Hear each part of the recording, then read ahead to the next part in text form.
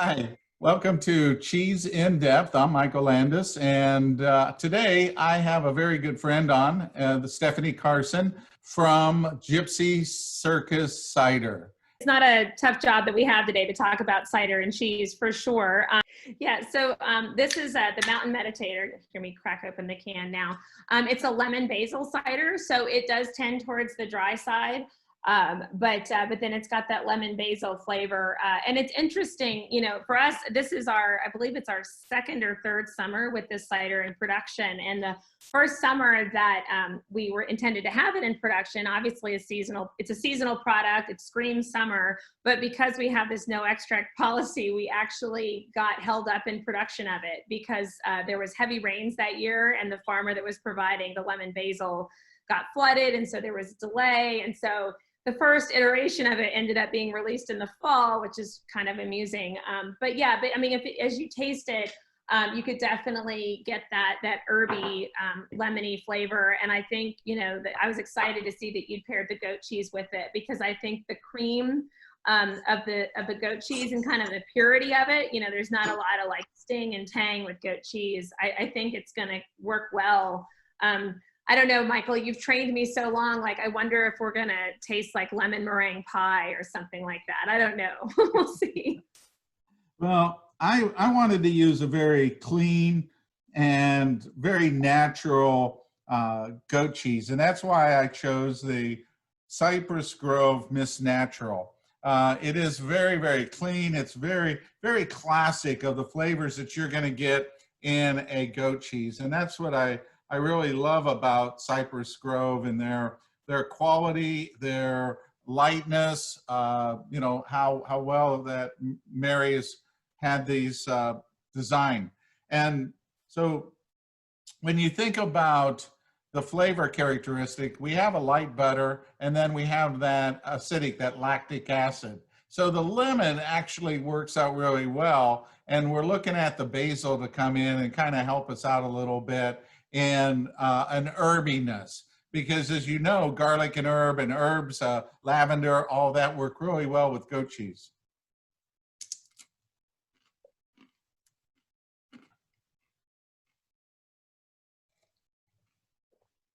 Mm.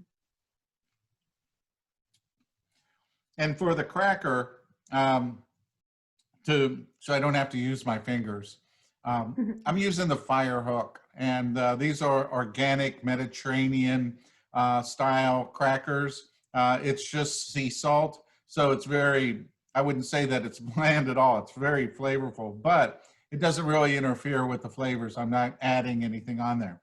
So with the cider, you described this as a semi-dry? Yes.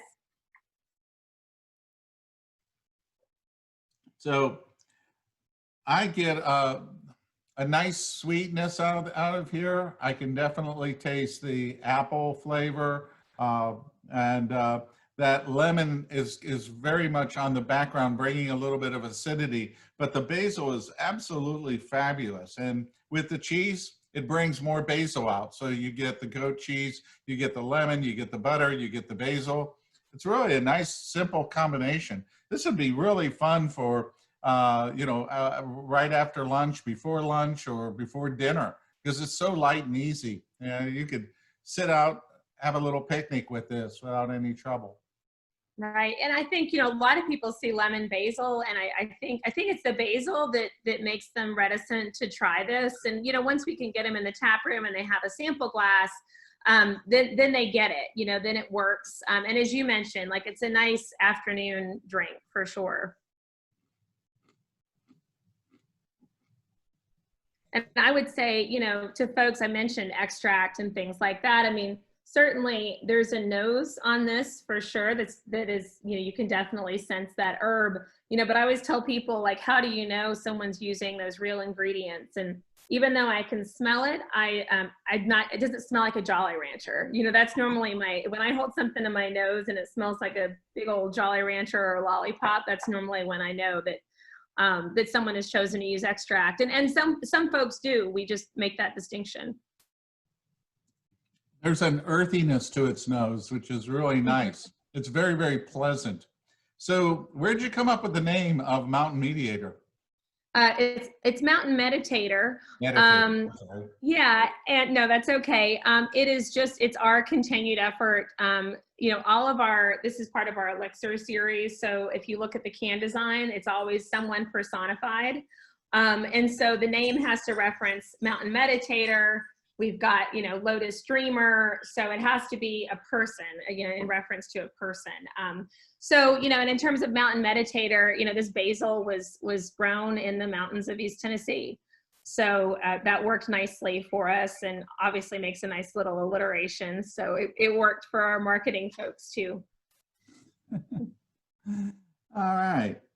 So, you know, when you think about goat cheese, and if you wanted to step it up a little bit, I could see that this would be able to handle a little bit more of herby flavors. So if you were looking at the Cypress Grove, you probably could do the purple haze with the lavender and fennel pollen. That would be really nice. I think Sergeant Pepper with the peppers would work really well. So, you know, don't be afraid to try different things. I think it's really fun that this has got such a nice cleansing way as well, that it's not overly at a point of being too sweet.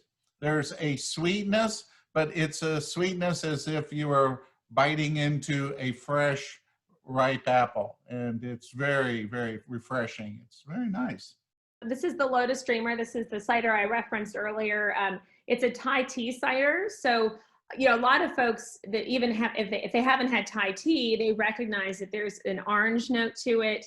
It's orange blossom honey, but what really gives it the flavor that people may not realize is Thai tea. So if you ever go to a Thai restaurant and it's that orange drink, I personally don't love Thai tea by itself. No offense, I do love Thai food. But the flavor kind of comes off of that. And, you know, we personally as a family have a thing with Thailand. Actually, the Gouda behind me is from Thailand. Before the pandemic, we were supposed to travel to Thailand. So, you know, the flavor is a huge, you know, inspiration for us. This cider is a sweet cider. I still think it would be classified as semi-sweet, but it's at the top of that, for sure. And so, you know, we enjoy it at the cidery. You know, I feel like, and I'm curious to see how the cheese works with it, but that oftentimes we pair it with our Thai tacos, as I mentioned. To me, because it's such a strong cider in flavor, it can hold up against things like peanuts and things like that. So it's been kind of fun to play with. It's definitely one of our summer favorites from folks. Initially, when we produced it a couple years ago, it was meant just to be kind of a one-off for fun. And the distributor, Cherokee Distributing, which they're great partners of ours, but they said, no, that this is not a one-off. It's too popular. So it's now a summer beverage. I also, and I know this is not what we're doing today, but I sometimes pour it over vanilla ice cream and it tastes like a creamsicle. And my husband hates when I tell people that, but it really does work. So what I wanted to do with this is that we have a nice amount of acidity, and you said it has a lot of strength to it. So I'm putting it up with an artisan Monterey Jack, and this is Basher's. This is out of Wisconsin. And Monterey Jack is an American original. This is actually originated here in the United States. It's buttery, it's creamy, it has a little bit of acidity to it. It has, I think, a subtle complexity, something that a lot of times when you're looking at the different cheeses, you know, sometimes you want the cheese to be up front, sometimes you want the cheese to play along. And this is where this plays along. What happens here is this has got that acidity to it. So with the slight acidity here, this brings out the tremendous amount of butter that this cheese has without taking away from its unique little tanginess. I use this and I shred this up and use this in tacos and nachos. I just did a CBS thing on different nachos, and this melts beautifully. So it shreds, it melts, you cube it, you could cube this and put it in a marinade with herbs and it would work just as well. So when I was thinking again that this doesn't have a tremendous amount of power to it, is that I went with a brewer's cracker. And this is spent grain, and this is an everything version. So it's kind of, it has a lot of additional flavors. So that kind of works and plays with it as well. So kind of giving it two edges. And it's funny, Michael, that you mentioned the Monterey Jack, because at the cidery, we do Thai nachos with pita chips. And I struggled with, you know, I had the concept for it. I knew it was a neat idea, but what cheese do you melt on those? And Monterey Jack is what we melt on the pita chips. So, and it does work for sure. Adds a nice contrast to the cider. Yeah, I mean, you know, definitely. I mean, the cider in and of itself almost tastes like a meal because there's just so many flavors going on there. So it's fun. It also, I mean, the other night I had some with pad thai that I had made, which is a Thai dish, you know, and it worked with that as well. So it holds up against, you know, Asian flavors. So I think sometimes, before I met you and learned so much, sometimes I would struggle with what to pair with Asian dishes. And I feel like this really works.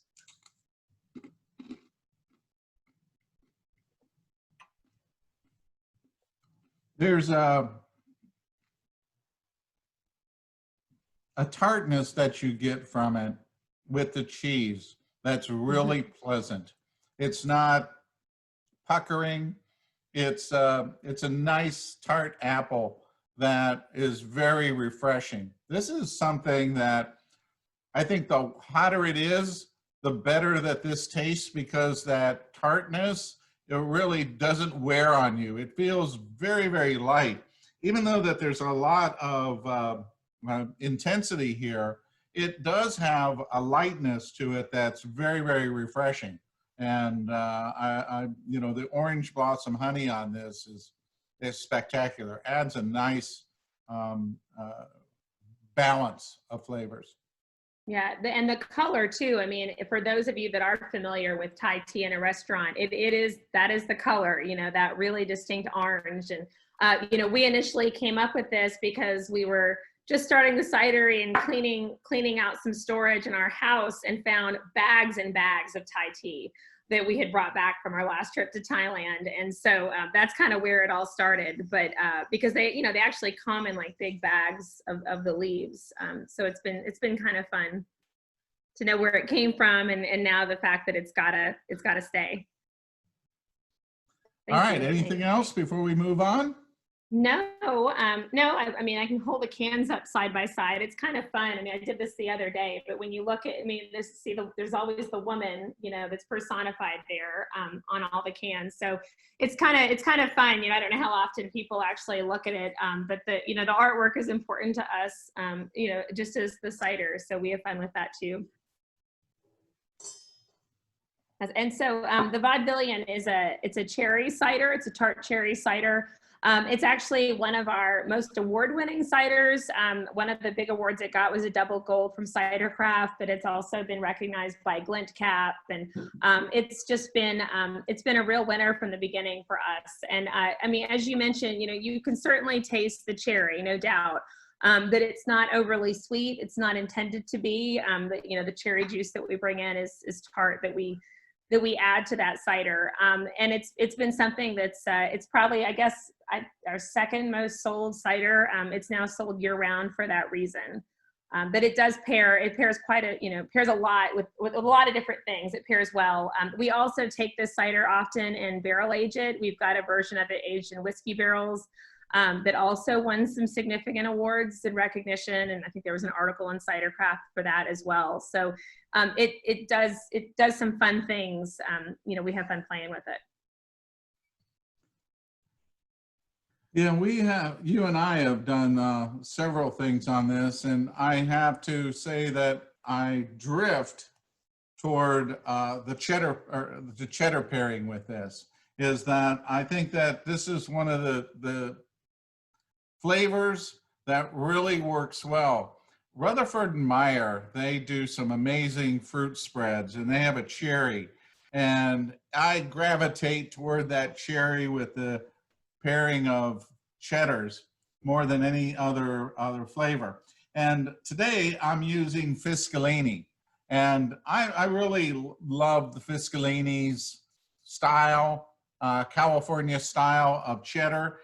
It's very traditional to what typically you find in cheddars. This is a white cheddar, which means that they didn't add any coloring to it. Annatto doesn't change its flavor that way.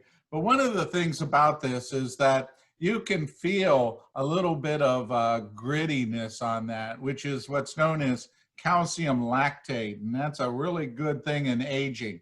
And this is their traditional cheddar. So if you're thinking of, because of the cherry here, you can really go a little more, where when I say traditional, it's just shy of sharp. So you get a lot of butter, you get some tanginess, but it's not really pushing that edge of a super sharp or anything like that.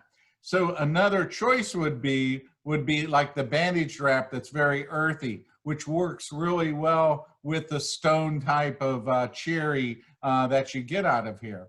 So I really like the flavor characteristics of it. You don't need a cracker. You just take a bite of the cheese. And, you know, in preparing this, don't cube it, you know, slice it, make it so it's easy to be able to take a little bite from.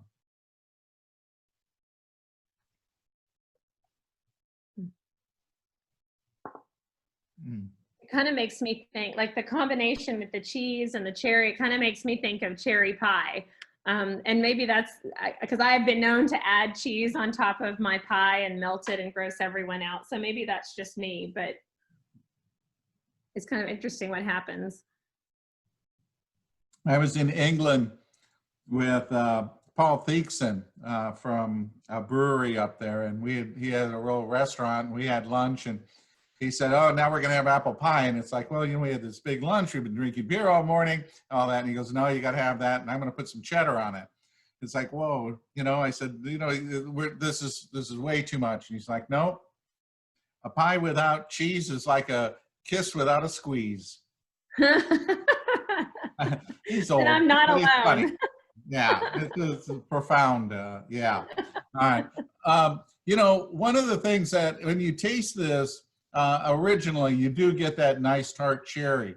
But when you add the cheese to it, this becomes a dark cherry, like a cherry pie. So that's what the difference that you get from this is, that it brings a real rich, dark, sweeter cherry to it. But there's still the apple, still the cider flavor that's in here that isn't being masked by that, but you really pick up that nice sweetness without being sugary at all. So this is a tart cherry pie with cheddar cheese on it. There you go. I wasn't imagining it. Nope.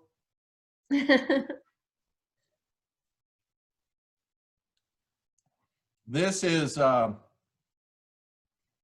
wonderful dessert. I would pair this if you were to have like a roast chicken or roast pork, something like that, and you wanted to have a complimentary dessert with it. This would fill that void, because the cheddar and these two really do give it a nice balance of flavors of the cherry, of the butter, of the cheese, of the cider. Everything really comes together in a real big flavor without being overly sweet, but not overly tart either. So it's a very, very nice experience. Very, very pleasant. And we've cooked with this as well. You know, once in a while I'll have a growler at home go bad. And so then what do you do with it? It's flat. So I've marinated pork chops with the cherry and grilled them that way. At our restaurant, we actually use the cherry in our barbecue sauce that's served with a lot of our menu items, and that works really well. So, you know, that's kind of a fun thing too. If you find that you've got product in your fridge that you've let go for whatever reason, you know, cook with it, reduce it down, make sauces, you know, you can have a lot of fun. Yeah, actually, you know, when you were here last year for scalloping, when we went out from there. I have some ciders that were left from that, and that they're still good, but we have used them in a glaze, this tart cherry. And the glaze is really amazing for turkey, for chicken, for that. It's just really, really nice. And this reduces really well. Yes. Yeah, it does. It does. I think we need to queue up those scalloping photos, Michael. I don't know if we had a producer or something behind the scenes, we'd have those. Yeah, that was a fun little trip. Really enjoyed that. Scalloping season just started again, so I was thinking, oh man, it just seems so long ago that we did that, but that was fun. It was a great little weekend. Yeah, it was. It Yeah. was. Well, I think I've aged about 5 lifetimes since then. So it does seem like a long time. I think we all have. Yeah. So. All right. Anything else on this Elixir series? No, I think that's good. Okay. We had a lot of fun with this. And this is our newest release in the can. It's an election year, and we're not picking a party at Gypsy. We're voting for Pedro. But as you read the can, which I know you can't get to it all in the picture, but it says, tired of the same old thing, want to mix it up, be like Pedro and drink Tennessee Cider. Want to grow a mustache in a couple of days, vote for Pedro. So, it goes on and on.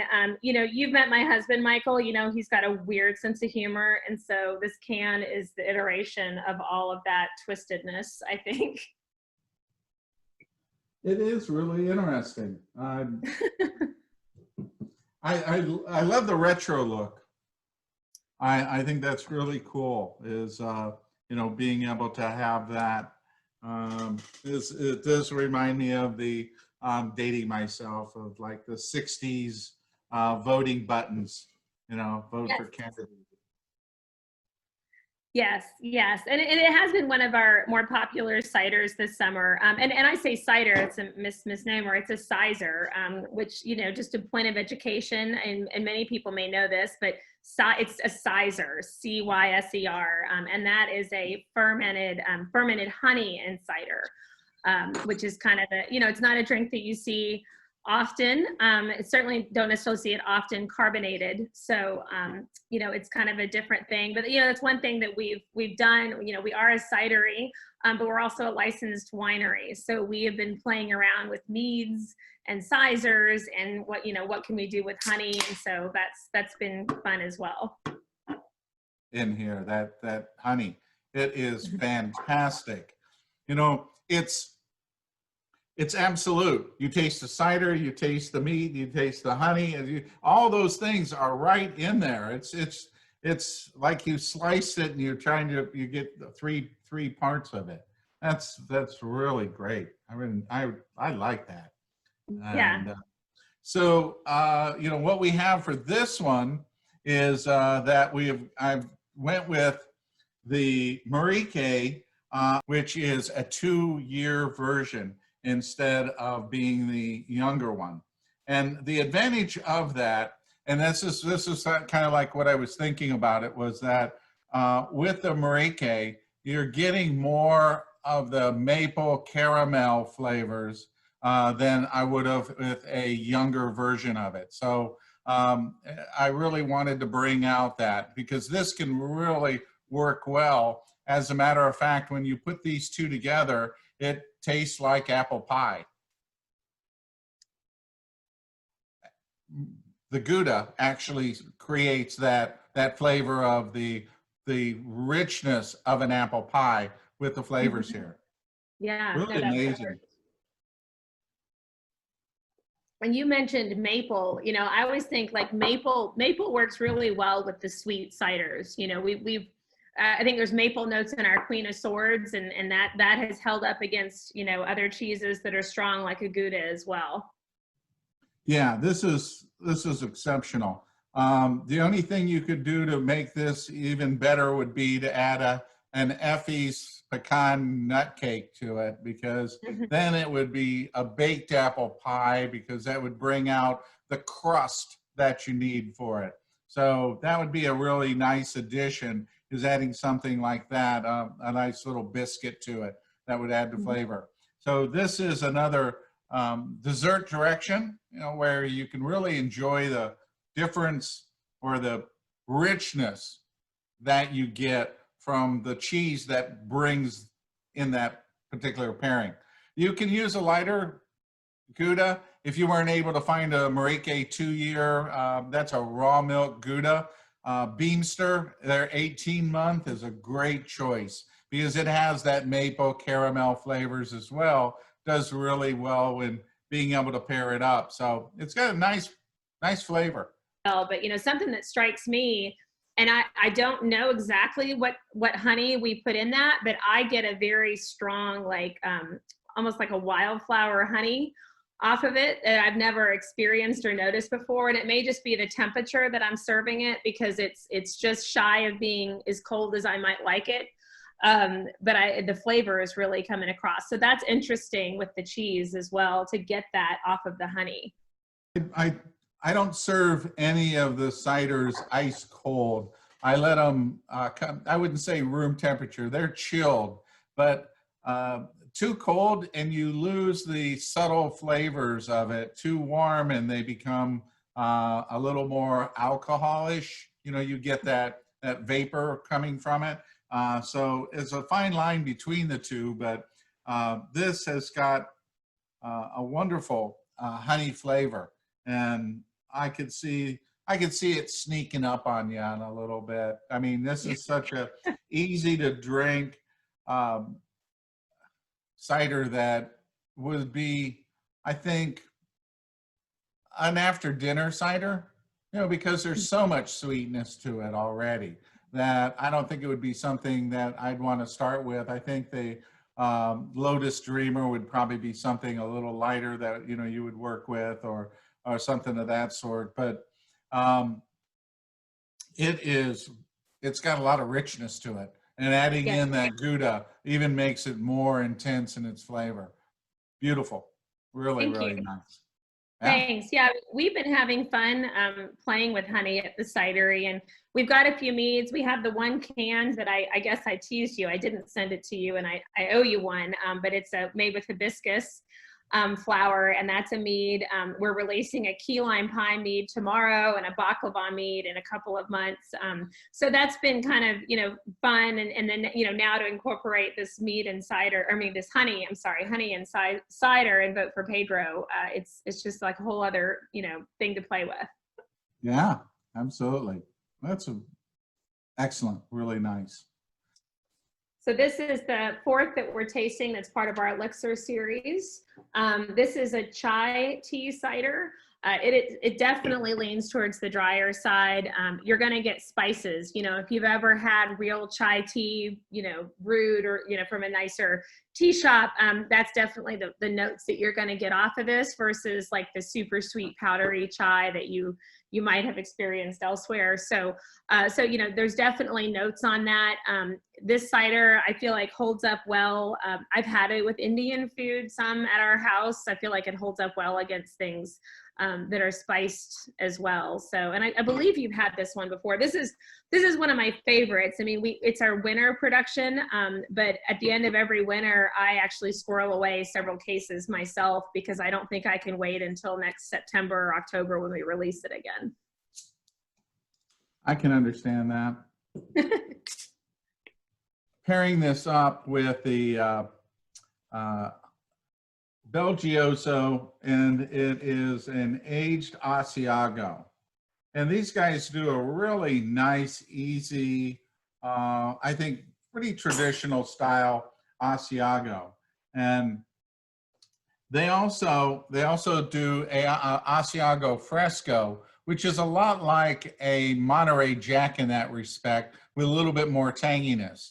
But what I like about the Asiago is that it's kind of like a cross between Parmesan and Cheddar. So you get that, you get both of those flavors there. You get that hay, that nice flavor that from the Parmesan style.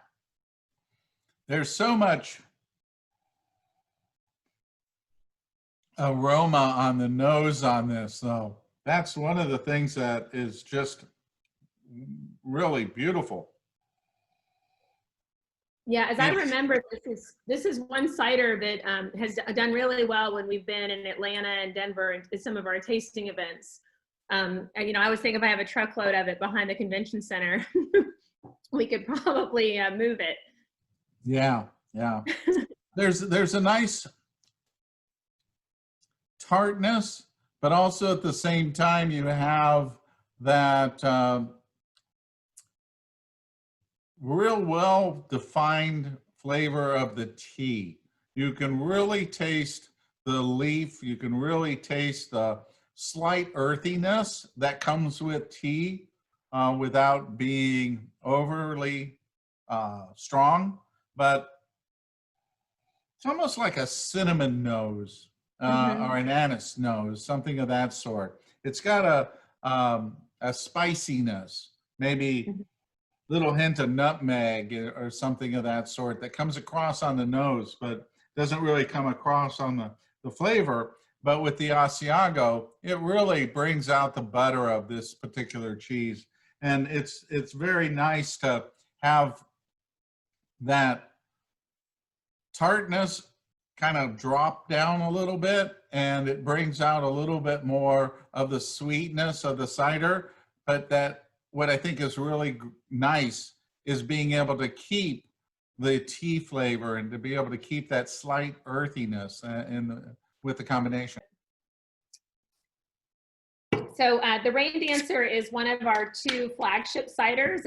It's part of what we call of the core series at Gypsy, and it and Queen and Swords were our 2 first ciders. Raindancer was the first. Because, you know, we tend to drink drier ciders in our household. So, you know, you make what you like yourself. And so we started out with Raindancer. So, you know, you're going to get, to me, it's a very clean cider. It pairs well with a lot. It also, I've used it to make Bloody Marys. I know that sounds crazy, but it works. It makes a great mimosa because it's very champagne-y in its profile. So it's just a good, easy drinking cider. It's not got added sugar to it. It is just the apples and fermentation and carbonation, which, you know, there's some days that, you know, it's maybe a day that one person might have a sessionable beer or a light beer. You know, to me, that's what Raindancer is. It's just a very approachable cider. And the can design, you know, Raindancer, it's meant to be kind of ironic. The can design is an umbrella with the rain flowing from inside the umbrella. So we have fun. You know, there's a lot of thought that goes into what we put on the cans.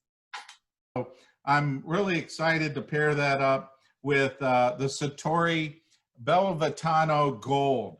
And this is, you know, what Sartori does best is their Parmesans. And so this Parmesan brings out a lot of the buttery flavors. There's a subtle earthiness that goes with this. When you look at a Parmigiano Reggiano, it has apple pear flavors. Well, in this, they're very subtle, but they're there. And so what this does is this marries up to this dry cider and brings out a little apple-ish flavor to the cheese and a little bit more sweetness, where this adds in a little bit of the buttery flavor to give it more of a cream-like flavor. Yeah, and I also get a little nuttiness, and it could just be, I'm not tasting the exact Parmesan that you have, but I get a little nuttiness off of it.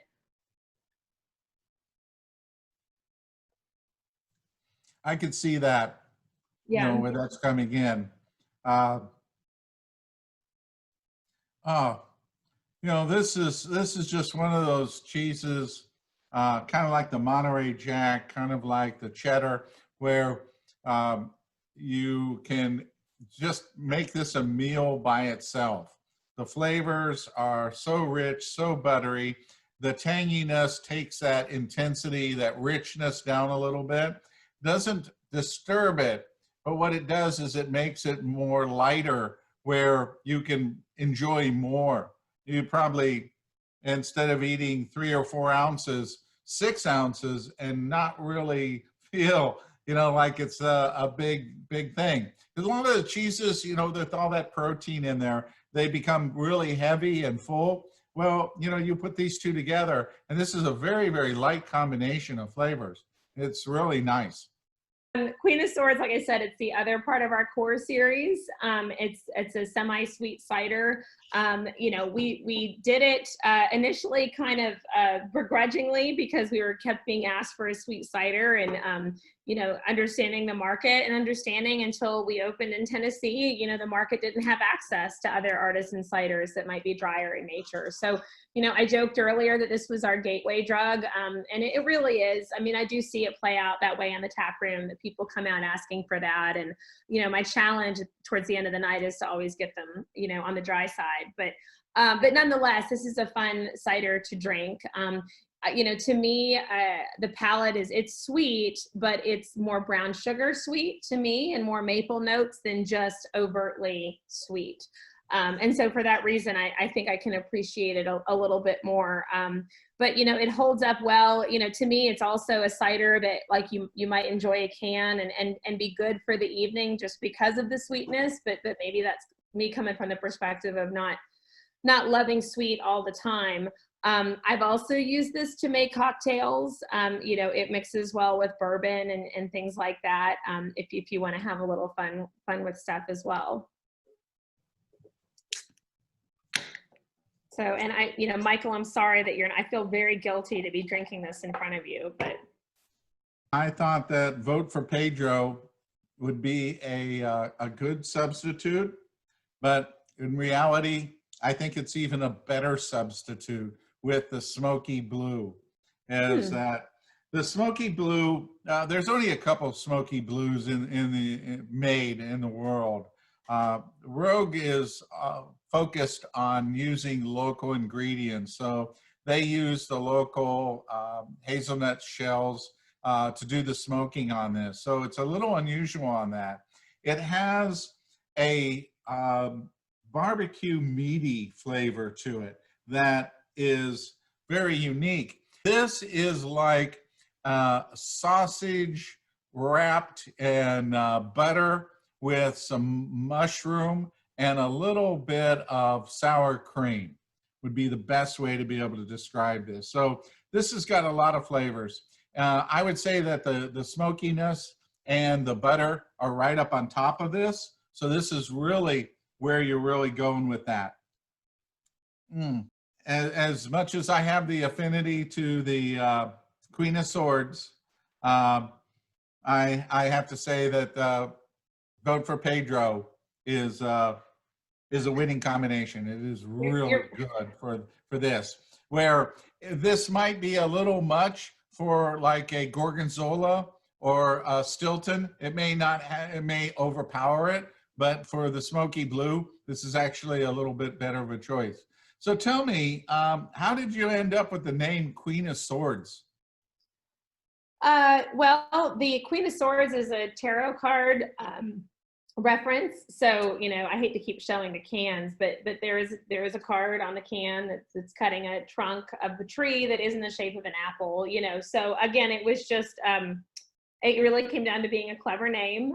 I'll just be honest with you, and kind of worked with our whole theme. And, you know, with Gypsy, none of our names or our marketing or anything like that is by accident. No. So Hippie Hash it's a hopped cider.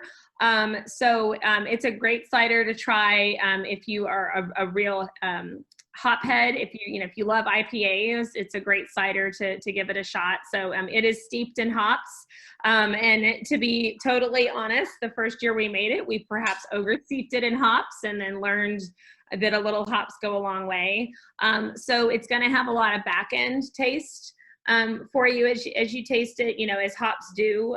I find that when I drink hoppy things, you know, my first hoppy beer, it's like, woo. And then by the second one, you know, I'm up to a double IPA. But I'm curious to see what you think about that, because I don't know that you're a huge IPA guy, but I love IPAs. I'm very fortunate that we have Cider City with one of the best award-winning IPAs here in Tampa, their Highlight IPA, which is Yes. available almost in every state now. So that's just really cool that it's taken on that power. But okay, so for me, you know, I mean, I brew, so working with hops and that, and then pairing with beers. One of the advantages that I have is brewing with Chris Johnson with 610, and you've met them here in Tampa, is that he's a technical brewer. And so he does a lot of descriptions on the style of hops and the things that you can do with them. So my first, you know, smell on this is the hashish flavor that you get off the nose on this. But the hoppiness in here is herbal. You really you don't get that beer citrus or pine. This is really a nice herbal, I'd say branching on like rosemary style. There's some sweetness on the nose. That's very pleasant. Yeah, I mean, in some ways you might be able to appreciate the hops in a different way, you know, because they're not all muddied with the other flavors associated with beer. But yeah, it's a fun cider to drink. I mean, I still love drinking beer, but sometimes I don't want to like fill up with like as you do with beer. So it's kind of a great substitute for that. Friend Angelo is not a hoppy kind of guy. And so when you talk about the hoppiness here, we need to invoke a little bit of the IBUs, the bitterness in here. Because the thing about this hoppiness is it's not bitter. There's no bitter hops to this. It's the herbal hop that comes across, not as a bitterness where, you know, you get an IBU of 80 to 100 in a lot of the IPAs, where this hoppiness in here has got more of a, I would say, a noble hop, where it's got a little bit of sweetness to it and well balanced with the cider. This blends incredibly well. So my first thought is going to be the goat cheese, because anything with herbs in it is going to just sing. So that's what I'm going to try, a little bit of goat cheese. It's similar to, it's very similar to the lemon basil, to the Mountain Meditator in the way that it works. Oh yeah. One thing it does is it lightens it up, not the cider, the cheese. So you would be able to go with something with flavors in the goat cheese. You'd be able to do something a little bit more intense. Because this has a lot more power than what you would think. Yeah. The Monterey Jack. All right, so with Monterey Jack, you can get pepper jack and you get all these flavors. So there's a little bit of herbiness that you could do in there. So you definitely can go that way. You can go with the Asiago. You could go with the Parmesan. I think this is very universal. I think this is almost as like in the respect of a beer, that beers, because they're liquid bread, essentially, they do cross over. But the hops on this are just so well added to this. I don't really see somebody that would be afraid of it. I think that it would be more of a, you like beer, you like cider, you're gonna like this, because it's got both of them. Yeah, you know, I don't have one to try it with, but I almost wonder how this would hold up against a cheese, like a spicy cheese, a pepper cheese, with the hops.